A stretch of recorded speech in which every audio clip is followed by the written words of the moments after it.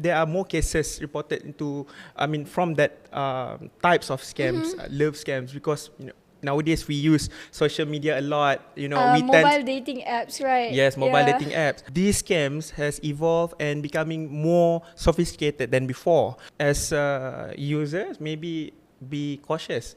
You need to have that skeptical minds of, betul ke this ni? is not real. Yeah, I don't even know Elon Musk in yeah. person. And then when he tries to, persuade me to invest into cryptocurrency, so macam, okay, so it's a no-no.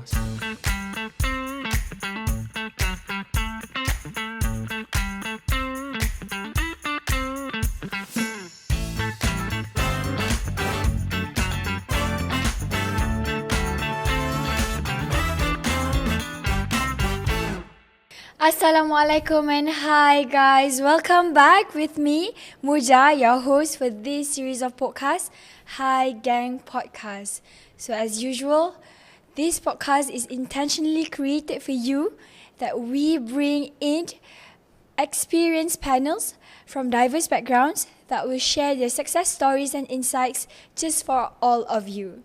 So before we go deeper into today's topic, as usual, I will promote our social media platforms because I know some of you still haven't followed, like, share and subscribe, right? So we have from YouTube, we have HaiGeng Podcast, Facebook, JBS Negara and Belia.my, Instagram, JBS Negara, TikTok, JBS Negara, Twitter, JBS_Negara, and we also have our websites, www.kbs.gov.my and also www.jbsn.gov.my. And all that social medias comes with their hashtags, which is hashtag Team KBS, hashtag Team JBSN, hashtag JBSN Bersama, and hashtag Rakan Muda. So, without taking any more time, we are gonna go deeper about today's topic, which is Geng. We are talking about cybersecurity, specifically in online scams.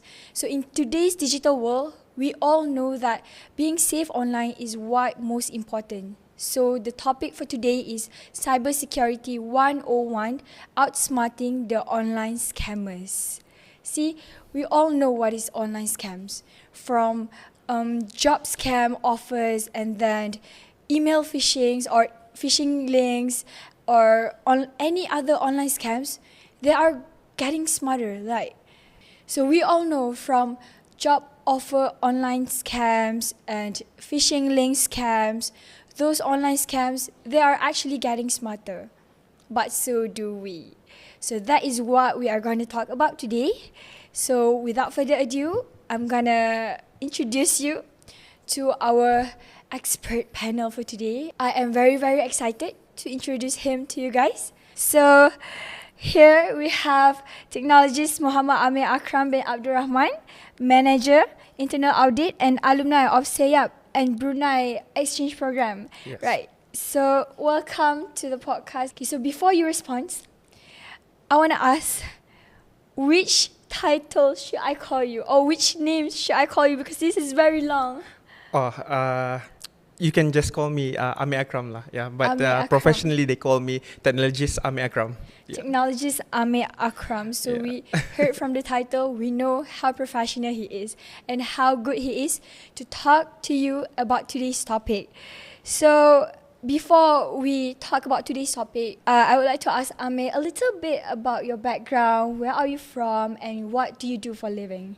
Alright, thanks Muja. First of all, I think I like to say thank you for having me for today's session. So hi everyone. My name is Amir Akram. I'm a cybersecurity professional. I've been in this field for almost about 8 years now. That's long. Yes. Currently I'm in IT and cybersecurity audit. So I assist the organizations to strengthen their digital defenses as well as to improve the overall cybersecurity postures. So my goal is to make cybersecurity simple and accessible to everybody. Before we talk about the topic that we are discussing today, may I ask a little bit about your educational background? So how can you become a technologist? Where are you coming from? Alright, okay. To recap, I think it's a long journey, but long story cut short, I graduated with telecommunication engineering back then, and I somehow ventured into cybersecurity because at that point of time, when I was still a junior role, so that company, that organizations gave me one chance for me to, take a role of information security officers. So from that moment, it sparks my interest to go further into cybersecurity. And fast forward, I'm here 8 years. 8 years. So actually, what make you start to before you take the degree in telecommunication engineering, what did you take before your degree? I was in the science stream in my high school, and then I pursued foundation in engineering at that time because that's the requirement or prerequisite for you to take the bachelor's in engineering. So yeah, and So it was a long life dream, or it's just new sparks dream? Engineering or cybersecurity? Cybersecurity. Cybersecurity. It's I would say it's coincidence. Yeah. It's a coincidence. Because at that time I was doing engineering works. So but then it's not far fetched from cybersecurity at that time. So from telco engineer to network engineer, and then managing cybersecurity of the company, and that's how I ended up today lah. After 8 years. After Fast 8 years. forward. So you tell me that engineering and telecommunication engineering is not really far-fetched, right? Really, how can, because all I know is civil engineering or maybe aircraft engineering, but I really not familiar with engineering only. Usually it has other comes with it, right? Okay, I received that questions a lot, Muja. So in the past, when we talk about engineering, it's only focus on civil, mechanical, electrics, electronics. But right now, I would say even during my time back in 2015, when I graduated, there are some of the engineering courses that we had never heard before. Starting to emerge, like cybersecurity engineering, and what else? So many more. Microwave engineering. Really? Have you heard? Yeah, we do have that. Yeah, microwave engineering. Microwave engineering, meaning engineering specifically for microwave? Or what? Microwave. Microwave. Sorry, so it's not the microwave that you use in the kitchen. It's a microwave, and all that, so, gelombang lah. Yes. So there's a lot of other, pelik-pelik punya engineering emerge, because as the technology advances, there are so many inventions, so that's why we need more engineers in the future. So that is so interesting. But back to our topic today, which is online scams. Can you tell us more about what is actually the most online scams that is happening today? Yeah, all right. Good question, Muja.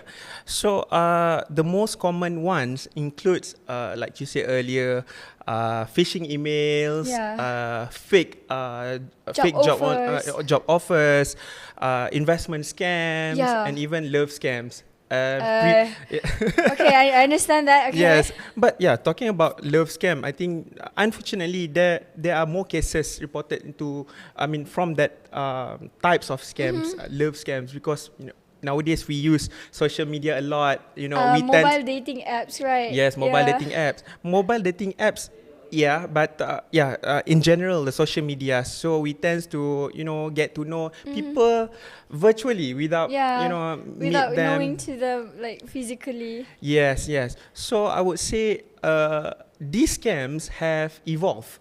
So previously they just use general emails to trick you to click the links or what. But right now, they have access to the technology. They use AI, ChatGPTs, DeepSeek, and you name it. And even they use deepfake videos and even clone websites. So they are all looks legit.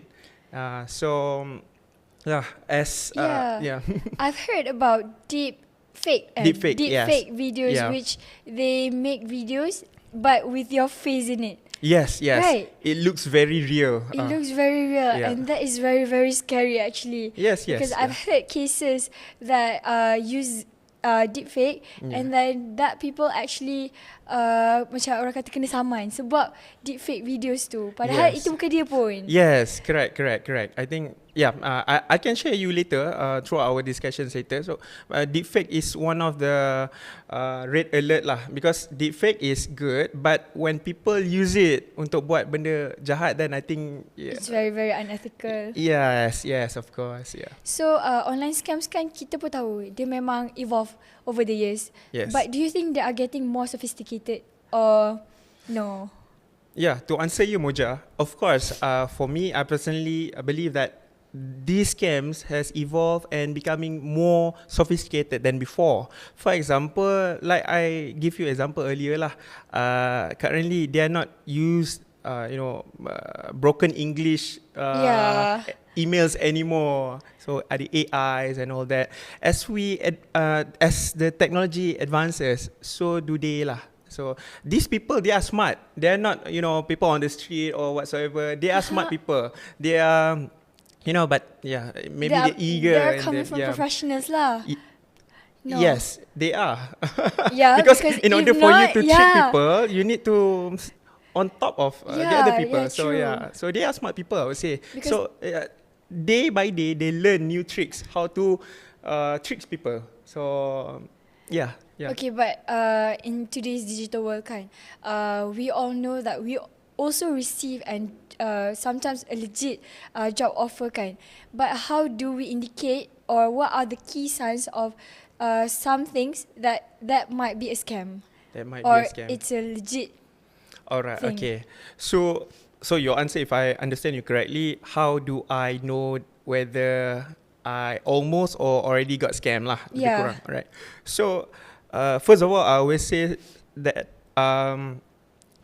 they will use urgency or emotions. For example, have you heard cases being reported that you have to act now, otherwise your account will be frozen or be closed from the banks, right? So usually those are the indicators, because when they push you that you have to act now, transfer the money now. So that is one of the indicators saying that it's a scam. And emails, too good to be true emails, saying personally, too flowery. Yes, personally, Muja, I've received one email long time ago saying that from Nigerian king, saying that he wants to transfer me like 1,000 euros. But you have to transfer to him first. I think I have to click something. Some links lah. Some links, some phishing links. So those are the indicators as well. I've never, I don't know about the Nigerian king, whether, first of all, do they have kings? I'm not sure. But it's too good to be true punya emails, or, sometimes when you receive links from WhatsApp, right? Even from your friend or whoever that you know. Kalau benda tu, macam, is it really true? Just click and then I'll get like 200 to my account. Very just stay cautious lah, I would say. Not realistic one lah. Yes, correct. Okay, that's funny sebab macam memang most of the time they use that trick macam I will give you 2,000 but most of the time that I heard macam I will give you 2,000 but you have to transfer me 100 dulu macam tu. Yes. Dia baik saja je bagi amount sikit tu padahal memang dia nak kan. Betul. That's like a starter pack for them, I would say. Starter pack. That's the standard modus operandi. They said you transfer first, then I transfer 10 times than the amount that you have transferred earlier. So tipu je tu. So like you mentioned earlier kan, macam kalau email, they send emails and then macam they want to send you 20,000 for example, but you have to click the links, this link. memang kalau if we click that link, memang we can automatically kena hack ke or how? Okay, that one it can be a bit technical, Muja, if I explain here. But as a layman terms, if I can describe it to you, for the link act as pintu masuk to your devices, because you are going to use your mobile devices or phones, laptops or whatsoever kan. So when you click, it acts as a Macam starter jugalah. starter for them to compromise and take controls over your Devices. So dia bukan terus kena hack. That is just like a starting point for them to compromise your device. From there, dia buatlah back end works so that they can have the controls over your devices. So it's a bit complex, but that's the layman term lah. Yeah. So that's why I always say to my friends and family that do not simply click the links that you don't know. Yeah, because we want to avoid that your devices being compromised. Yeah. Or we can say apa kita panggil that word, dia macam started to hack jugalah, but like you said just now, dia macam just pintu untuk mereka hack our devices. Gain controls, yes, you're right. So, as you were 8 years experience in cybersecurity, can you tell me any stories of a real case scenarios that you think that happened maybe to you or to your friends ke apa kan, yang you know, and that case really give big impact to him or her? Okay, maybe I want to tweak a little bit lah. Kalau towards me or my friends, it's gonna be like a common cases that have been reported to the medias every day kan. But I think one important and shocking videos that shocking cases that has happened recently, early this year lah. Started internationally, but victims from Malaysia also fell for it. So give this example of fake cryptocurrency, crypto investment scheme. They are using deepfake videos of Tesla founder Elon Musk. Have you heard about it, right? I heard about that. Yeah. So what happened was that videos using deepfake videos of Elon Musk promoting this crypto investment, saying that you have to put money, transfer money that promises double returns overnight. So what happened? Thousands of victims fell for it, and sadly they transferred the money. Are they from Malaysia? Yes, some of them. If you Google, there's one case has been reported. A 62 years old housewife, if I'm not mistaken, she also fell for this. Because that deepfake videos, they spread all over social medias, and one of it on Facebook. So this unfortunate lady, she trusted that videos, and she thought that is a legit investment scheme because it looks very real, incredibly real. I would say, if it were me, then I also might got scammed trust that. Yeah. I think even if it's not really like real, but considering her age, maybe she doesn't know about deepfake videos, right? Yes, she have no idea about it. So that's why she's one of the victim. But not only from Malaysia, but this case has been reported all over the globe. Yeah. So to answer what's the impact, right? So financially, I mean, it's a huge loss for all of them, and psychologically, I must say they felt devastated. Of course, because it's a lifetime saving. Yeah, because even if you reported it, you won't get your money back, right? Most probably no. Yeah. But if you act fast, then maybe you can get some of it because from banks.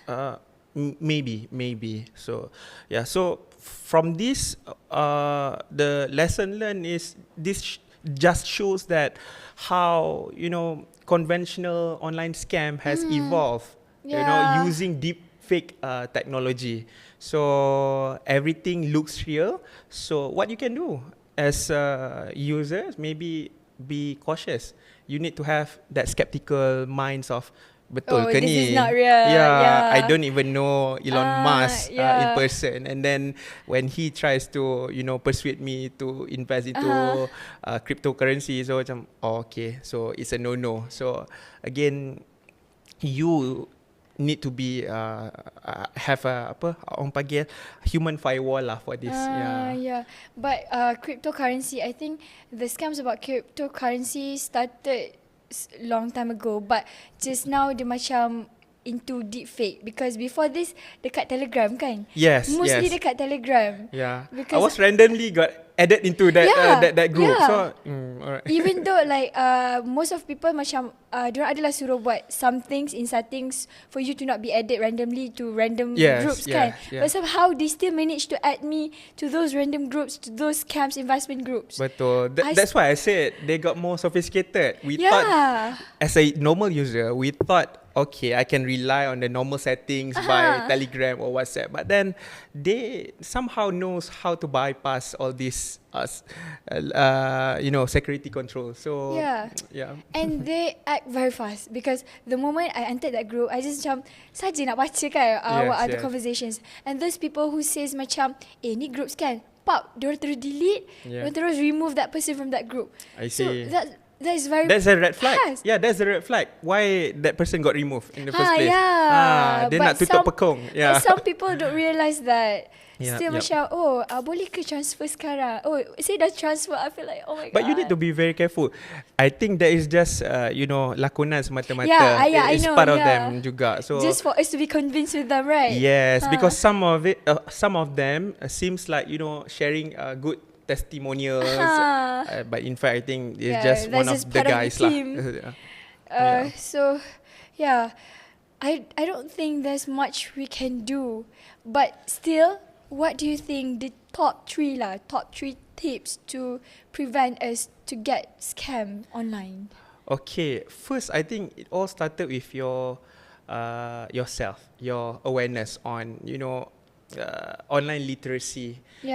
Because our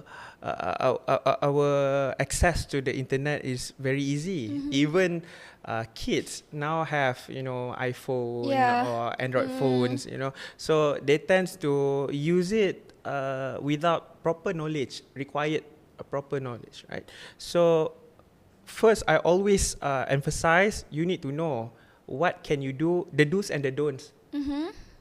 You need to instill in yourself that think before you click. And then be careful of what you upload or share online, because scammers will use that as data gathering phase for them to know more about you. What's your preference, you suka buat apa. So they will customize their modus operandi based on you. So first is on your self-awareness. Do not simply click if you don't know. Second is to know a little bit of technology, I would say. Technology, not so technical, but for example, use the strong password. Don't But use. do you think passwords, because I think whatever password you put, if diorang boleh access, diorang tetap boleh access like that. They can access, they can know your password because it's easy to hack. So for example, a good password, a strong password is a long password. Say, for example, should be 12 characters. 12 characters. Consists of numbers, capital letters, small letters, and then special characters combined together. And you need to avoid using birthday, for example, right? Alamak.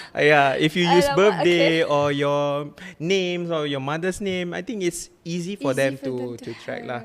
And the good one should be use the pass phrase. For example, you use something random like donut underscore coffee 123. Botol kicap hitam besar. Like Yes, that. it's easy to remember, but hard to For crack. them to crack Yeah. the password. So for me, we cannot take lightly lah on password security, because that is the most simple that you can do.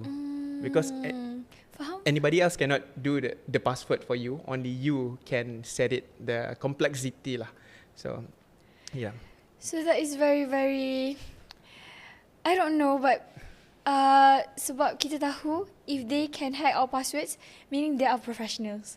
Yes. Meaning they know what they do. Like you said, they are getting smarter. They know what they do. Oh my god, that is very, very scary, guys. You have to change your password now. To botol kicap now. To botol kicap, everyone. Yes, and do not save your password. For example, dekat your desktop screen, Save and your then you password paste tu. password. Oh, So yeah, I see. yeah. Itu pun plays big role on Yes, scams of course. Yeah, if they get because scam is all about getting controls over your devices lah. So Scam meaning and hackers, yeah. kalau save password dekat that device, if that scammers already can control our device, so dia boleh tengok lah terus macam tu. It's easy meal for them. Yeah. So it's very easy for them lah. It Yeah. all makes sense now. Yeah. I think to get the password is not really hard for them. That is what hackers do. But a scammer, dia more than that, dia menipu. They use tricks for you to surrender your credentials, your informations. You as if you macam you voluntarily share your information. Yeah, that's what they are doing. Hackers crack your password. But for scammers, they try to to impersonate as somebody else, getting your information. So yeah, that's two different things lah. So I just remember on something that happened to my mom. Just before puasa, ada scammers call my dad. Yep. But my mom the one yang pick up. And my mom was like, yeah, my mom is someone yang macam, she knows that it's scammer, tapi dia nak layan. Sometimes macam, don't mother, don't. Macam kita takut kan, walaupun kita angkat call, we don't know what can they do through the call kan. But she layan. And then I don't know what story she tells, tapi macam story yang macam memang dia tak nak layan lah. You know what? After my mom hang up the calls, esoknya 3-4 kali dia call balik using the same numbers. I don't know, memang dia nak sangat atau macam persistence tu terlalu. Macam Yeah. sangat-sangat. Masa dia call pun, I heard the intonations of the lady. Memang macam kalau kita dengar, kalau kita tak aware about online scammers, memang kita yakin dia memang pegawai bank. Sebab the way she talks, very convincing actually. Yeah, very calm, right? Yeah. So, but yeah, I would suggest don't layan those guys right? lah. Yeah. Don't pick up. And I think to avoid that, maybe your mother can install software, right? To whenever people calls you, then it's like keluar potential scammers and all that. So that also can become the indicators on Yeah, so, sometimes because of the past calls that they made kan. Yes, correct. So just jangan layan lah that one. Faham. Okay. So, I will warn my mother after this. You guys warn your mothers too if your mothers are like mine. So other than online scammers like call ke or job offer, Telegram, we also know, I heard about public Wi-Fi. Free yes. Public Wi-Fi. So does public Wi-Fi has potential macam tadi tu yang kalau kita tekan link, dia dapat access to our devices kan? Yep. Do public Wi-Fi macam the same? Yes, I would say public Wi-Fi is a bit risky lah. Okay, before go further, usually bila kita guna this public Wi-Fi, in the mall.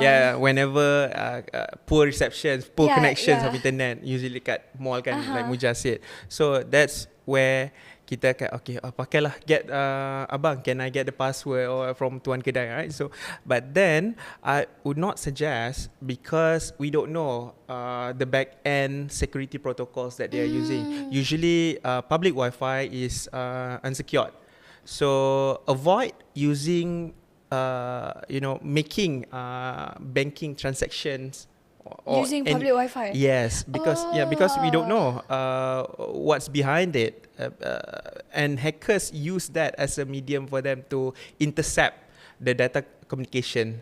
So for example, when you open, you browse, for example, octopusbank.com to make online transfer. So during that process, when you try to, first of all, you have to type your username, right? For example, Amir, my username. And then the moment I try to, by that time, hackers are already sniffing about your activity, and then they already eavesdrop this activity. So the moment when you type your password, it could be back end they already. Yes.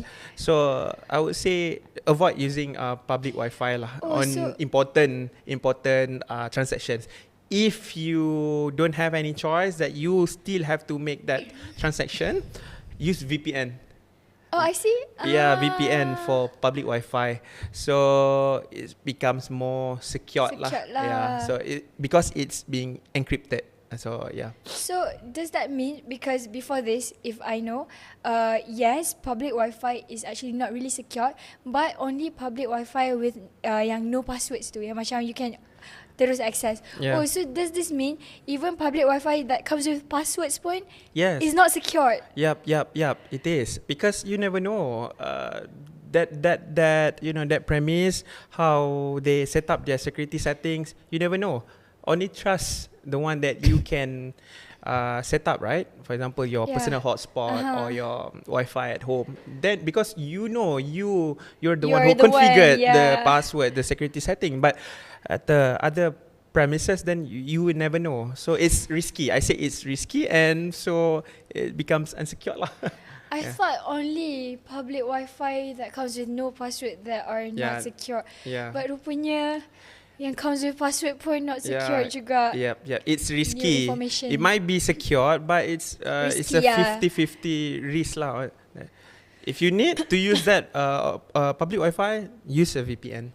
I see. Or VPN you can just download on your phone. So or don't make important transactions. Yes, just wait until you got home or what. So Yeah. So in case someone maybe a little too late sedar yang macam diorang dah kena scam. Macam dah kau kan, I don't know lah, pukau ke apa, maybe tak, maybe their unconscious mind as well. What should they do if they realise that thing might a little later daripada the situation? So macam dia dah kena scam dah, but what can they do? So I always said this to everyone. First, don't panic. Don't panic, but you need to act fast. Yeah. For example, if you know that you got hacked or scammed, first of all, you change the password of your banking account, because you don't know. So that's help? That helps because, for example, you only notice maybe one bank account that being hacked or compromised. But you also have another maybe 4 bank accounts with you. So if these altogether 5 bank accounts uses the same username and password, so you are at risk. So first thing is for you to change the password. Change password. And second, maybe install a multi-factor authenticator. So for example, now it's readily available. For example, Google Authenticator, Microsoft Authenticator. So get it installed on your devices, meaning to say the scammers or the hackers cannot perform illegal transaction after that because of extra defenses or layers of security that you have set up. But that is a bit macam from the technical side. But step number 3 is, of course, you need to call the banks or the online platforms that got compromised. For example, the bank, just call them, because I think they work 24/7, right? So maybe they can try to freeze or freeze your account at the moment. So, yep. And then, importantly, in Malaysia now, we just set up a National Scam Response Center, Oh. NSRC. Yeah. NSRC. Yes. So you can just call their hotline at 997. Previously 991 999, but now it's 997. Sorry, yeah, 997. So they work also 24/7. So they Specifically for scams. Yeah, for scam. So they work closely with most of the financial institutions, the bankings, and other enforcement agencies. So it's easier for them to take control lah, because sometimes they can hold the transaction that are still in transit. Yang macam float ke? Float. Still boleh hold yes, lagi. betul. So yeah, these are the steps lah that you should aware of when the moment you know that aku dah kena scam. So, habis. Yeah. But don't panic lah kan? Don't panic. And then don't feel embarrassed to make reports, because scam could happen to everyone. Nobody is spared from, got scam. So the most important, what matters is you act swiftly lah. So actually, does after we called the bank, which I would say, which steps do we take first? Do we call the police first, or do we call the bank first, or the National Scam Response Center first? Yeah.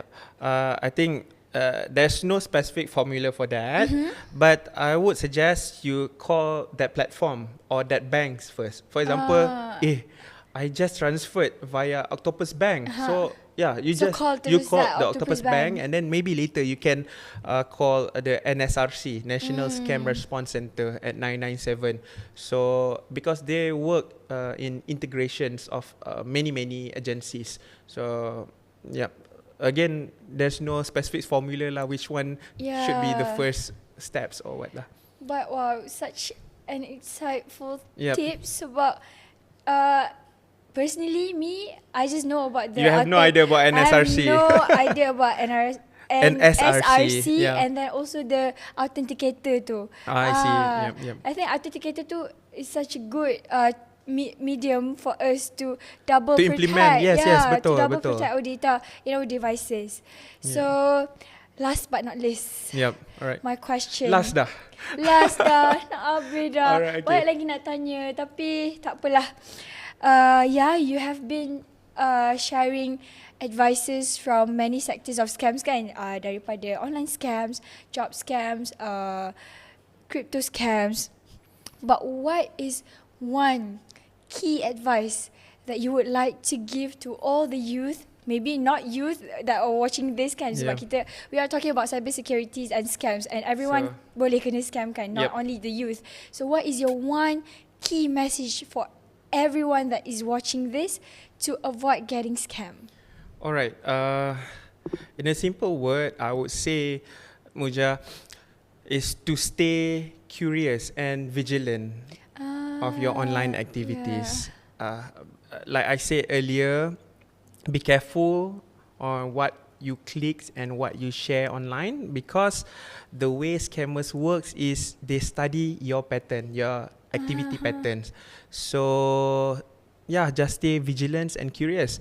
In this digital era, a little bit of having skeptical minds on whatever that you read online, you should have that, because you should have like a second thought. Is this true? Is this or fake? So it's all on you actually, because to become scam proof, it all comes from you. You need to decide, this is too good to be true. I should not click. Or if you want to do extra miles, is you call that financial institutions, or now you just call just to confirm, is it true if I invest in, for example, in this investment scheme, so these are the returns that I'll get or whatsoever. So always confirm with the counterpart parties. So stay vigilant. So the keyword is actually be curious. Yes. Don't always simply overhype or just macam nampak macam menarik tekan. Yes, yes. 20,000 tekan. Yeah. No guys. No matter how big is the money, but your data is more important. Yes, correct. Your money is more important. You don't want to lose your long years saving of money kan. Yeah. So always be curious, always be vigilant. So we have to outsmart the scammers. So even though they think they are smart, but actually we are smarter. Yes. So, and with that, we end our episode. Another inspiring episode for today. I would like to say a very, very thank you to you on behalf of the team, on behalf of the production team also. Welcome. Because you come here today. Where are you from actually? I didn't ask that. You missed the important question. But I'm from KL. I okay. say Cheras. Okay, it's okay.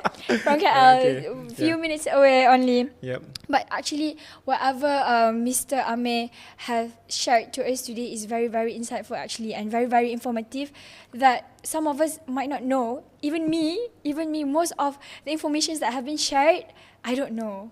So I am really, really, really thankful for these episodes today with him.